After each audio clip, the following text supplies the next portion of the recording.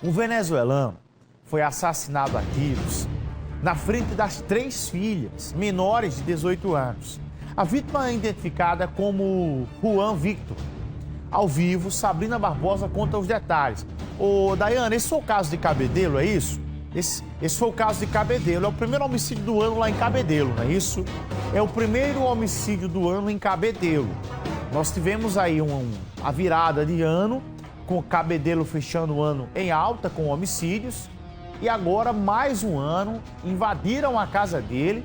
Como vocês estão vendo, a casa logo da frente com iniciais de uma facção criminosa. Os caras metralharam a casa e mataram ele dentro de casa.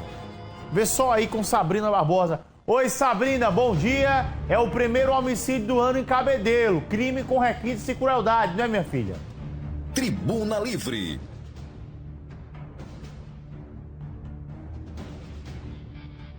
Oi, Bruno. Oi, vocês aí de casa que estão acompanhando a nossa programação. Exatamente, um bom dia logo para todo mundo, né? Mas a gente começa com essa notícia. Em Cabedelo, já registrando o primeiro homicídio de 2024. E realmente, como você descreveu aí, Bruno, com requintos de crueldade, porque um homem foi brutalmente assassinado com vários disparos de arma de fogo em sua residência na frente dos 3 filhos menores de idade, um de 8, 7 anos e outro de 10 anos. Inclusive, as imagens mostram a forma de como foi cruel esse crime, porque os bandidos já chegaram atirando na residência antes mesmo de adentrarem e pegarem de surpresa o Juan Victor, que é venezuelano, de 37 anos e que ainda não se sabe os motivos desse assassinato. Ele era venezuelano, mas morava já aqui em João Pessoa há um tempo. Ele trabalhava, inclusive, como churrasqueiro em uma churrascaria no bairro do Bessa e foi abordado aí pelos criminosos. Quem traz mais detalhes de como foi esse crime foi o perito Igor Ramalho, que esteve no local. Vamos acompanhar. A gente passou aqui, como vocês viram, mais de 1 hora só coletando os estojos que estavam aqui na área externa da casa, né? Porque aqui no Jardim América, começaram lá da rua, que fica ali no antigo posto Castelinho, vieram aqui por dentro atirando, chegaram até a casa aqui do rapaz, entraram atirando também, e na fuga, fugiram por aqui, saíram atirando também, né? Essa rota aqui dá lá para a BR-230. Então a gente coletou, só aqui nessa fuga deles, a gente coletou 20 estojos. Só que, fora os que a gente achou aqui fora, né, na frente da casa dele, e os que estavam dentro da casa também. No corpo, a gente conseguiu contar aqui 19 tiros, a grande maioria nas costas, né? A casa é muito pequena, não tem saída, só tem uma entrada e saída, que é essa aqui da frente, né? Então ele correu lá para o fundo, que é onde fica o banheiro, foi pego lá, e ele tinha a maioria dos tiros nas costas. Estava caído de bruço dentro do banheiro com os tiros nas costas. Obeso, ele ficou encurralado lá na área do box do banheiro dele e dificultou até uma reação dele de fuga. Segundo informações, estava aqui no Jardim América há pouco tempo, há cerca de 1 mês, e morava aqui com as 3 filhas, que inclusive presenciaram o fato, né? Estavam na hora do homicídio. Eu não sei como, inclusive, elas não foram atingidas também, porque foram muitos tiros. As paredes internas aí da casa, se vocês puderam ver, estão cheias de buracos também, de tiros que atingiram as paredes. Pois é, Bruno. Então, como vocês viram aí os detalhes desse assassinato que aconteceu em Cabedelo, eu estou aqui na Central de Polícia para atualizar dados a respeito dessa situação, porque 2 elementos foram presos, suspeitos de terem participação nesse crime de homicídio. Quem vai explicar esses detalhes, inclusive aqui na Central da Polícia, tem o veículo que foi utilizado aí nesse assassinato em Cabedelo, foi apreendido esses 2 homens com esse veículo que teria realmente, de fato, essa participação no homicídio aí em Cabedelo. Quem vai me explicar todos esses detalhes é o doutor Paulo Josafá, o delegado. Doutor Paulo, já começo perguntando sobre esses 2 homens que são suspeitos de participação nesse crime de Cabedelo. Como foi que vocês tiveram acesso a ele? Como foi que, de fato, aconteceu aqui a prisão desses suspeitos? Bom dia. Bom dia. Bom dia, Bruno Pereira. Na verdade, foi um crime de homicídio, como já foi relatado, de um venezuelano lá na cidade de Cabedelo, no Jardim América, conhecido por região de Castelinho. A vítima se encontrava no interior da sua residência com as suas 3 filhas, momento que relato de testemunhas na rua, parou um carro na principal e 4 elementos desceram fortemente armados, percorreram aquele percurso para adentrar a vila, e quando chega de frente à casa, ele ainda dá marca lá bota um sinal da facção dele lá, com aquele spray, e bota a porta dentro, surpreende a vítima que estava deitado, possivelmente estaria deitado ou sentado, porque as crianças eles dormem no colchão no chão. A casa só tem um compartimentozinho, uma sala, o banheiro e uma cozinha muito pequena. E ele vê a óbito tentando se abrigo dele já no banheiro, onde ele caiu, onde ele vai e vê a óbito. São vários tiros no interior da casa, porque a perícia constatou várias perfurações na parede, né? Eu não sei como esses tiros não atingiram aquelas 3 crianças, né? As 3 crianças elas estavam mesmo assim ainda sem saber o que tinha acontecido, assim, de tanto tiro que aquelas crianças presenciaram e ouviram. E daí eles bateram em rota de fuga.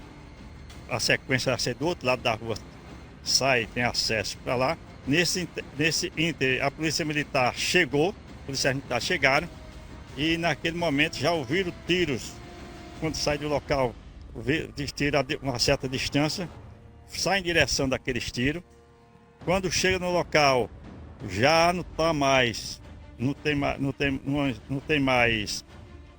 consegue encontrar de onde está partindo esses tiros. Eles saem em diligências, houve tiro em outro local, né? Tudo questão de sequência, Bruno. E daí é um momento que depara com os 4 elementos tentando tomar uma moto fã de uma pessoa que estava trabalhando. Ou seja, após o crime em Cabedelo, eles continuaram cometendo crimes. Exatamente, para a rota de fuga, porque certamente o carro, normalmente a modus operandi dele tem que ser um carro depois tentando para resgatá-lo. E não foi possível, o cerco da polícia militar foi muito grande e muito bem feito. E daí eles conseguem prender 2 indivíduos desses. Houve troca de tiros, doutor Paulo? Houve troca de tiros ainda. Eles conseguem prender esses 2 sem sair ninguém ferido. E os outros 2 conseguem fuga, né? Ainda está sendo diligenciado a procura desses 2 indivíduos que estão foragidos. Foi conduzido à delegacia de homicídio, onde foram autuados em flagrante por crime de homicídio. Um primeiro homicídio praticado e outro em seguida contra o passageiro que estava no Uber. Isso, que inclusive era um turista e eles atiraram em direção ao turista. Eles atiraram em direção ao Uber, que era para tomar o carro, para fugar. O motorista do Uber foi muito hábil, tentou sair, mas infelizmente um passageiro foi atingido e ele socorreu ainda a vítima para o posto de saúde da Oceania, mas ela não conseguiu sobreviver. De maneira que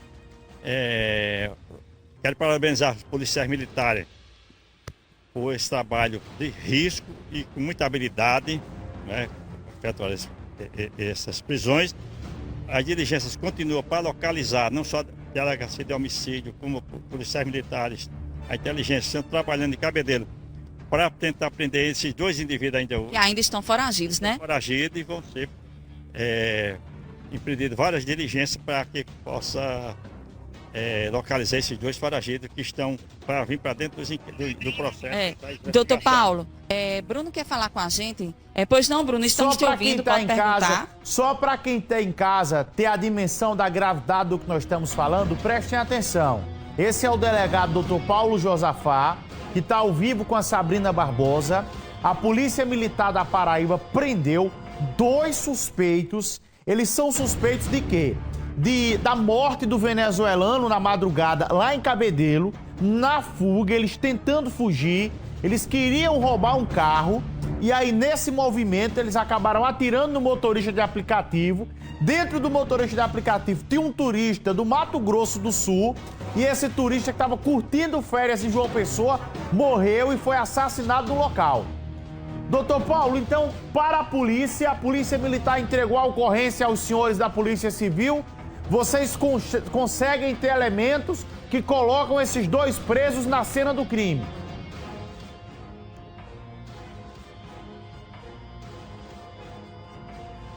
As provas são muito concretas, foram autuados em flagrante dentro da formalidade da lei. Após a autuação, eles foram conduzidos para exame de corpo de delito e se encontram na carceragem da Central de Polícia à disposição da Justiça.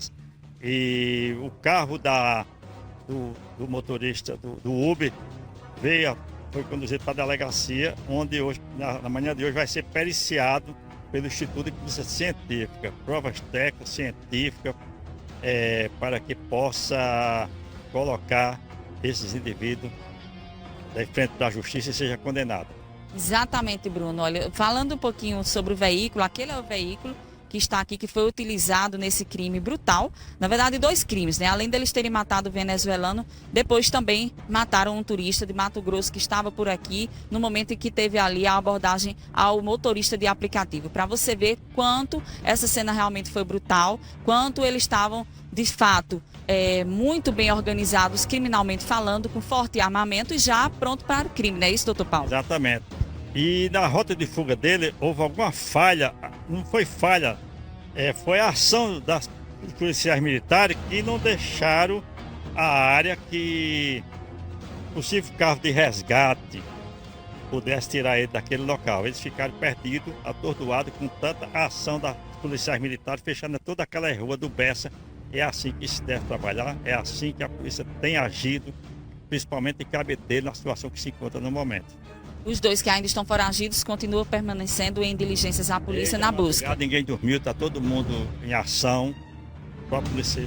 Os policiais militares também que estão saindo de serviço continuam trabalhando. E delegacia de homicídio, pessoal de seccional de homicídio de Cabedelo desde a madrugada também, que se integraram mesmo de folga nessa ação. Obrigada, viu, doutor Paulo, pelos seus esclarecimentos. Ao pessoal aí de casa, Bruno, a gente faz o reforço de que se alguém vê em alguma área suspeita 2 elementos que possivelmente vocês não tenham já avistado anteriormente naquele bairro, naquela rua onde você mora, liga para a polícia, porque a polícia está em diligências ainda naquela região, tanto em Cabedelo, vindo até o sentido do Bessa, para poder tentar encontrar, porque teria sido rota de fuga desses 2 que ainda estão foragidos. Então, qualquer informação nesse exato momento é muito válida para a polícia.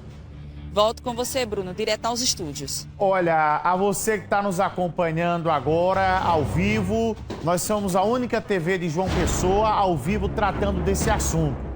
Foi uma ocorrência que movimentou a polícia durante a madrugada em João Pessoa e Cabedelo, porque esses 2 homens que vocês estão vendo aí, viram nas imagens, esses 2 aí, a polícia está apontando eles como os responsáveis que invadiram a casa do venezuelano em Cabedelo, mataram ele dentro de casa. Quando eles fugiram do local, na fuga, a polícia militar começou a perseguição. Eles viram um motorista de aplicativo, na madrugada, dirigindo, um motorista Uber, queriam tomar o carro para fugir. O motorista estava levando um passageiro, e esse passageiro, infelizmente, era um turista do Rio Grande do Sul. Vejam só aqui o carro, do Mato Grosso do Sul. O turista estava nesse carro aqui do Uber, de madrugada. Quando os caras para, infelizmente eles atiraram e mataram também nessa ação um turista do Mato Grosso do Sul. A gente não está tratando aqui de bandido. Nós estamos tratando de um lado da bandidagem que está invadindo o território do povo de bem. Porque, de verdade, quando eu vejo aqui que é um vagabundo que é assassinado, desculpem a expressão, que é uma alma cebosa, tanto faz como tanto fez quem matou, não interessa saber quem matou. Mas quando é um cidadão de bem, imaginem só, eu queria pedir a atenção do governo da Paraíba, do governador João Azevedo. É preciso ter mais ações de união aqui no nosso estado do ponto de vista das ações para evitar que o crime aconteça. Para evitar que o crime aconteça. É preciso ter mais ações. Já é feito muita coisa, eu tenho que reconhecer sim, mas a gente precisa se esforçar um pouco mais. Porque o que está acontecendo é uma coisa assustadora. Isso tem um reflexo, nós estamos em estação agora de verão.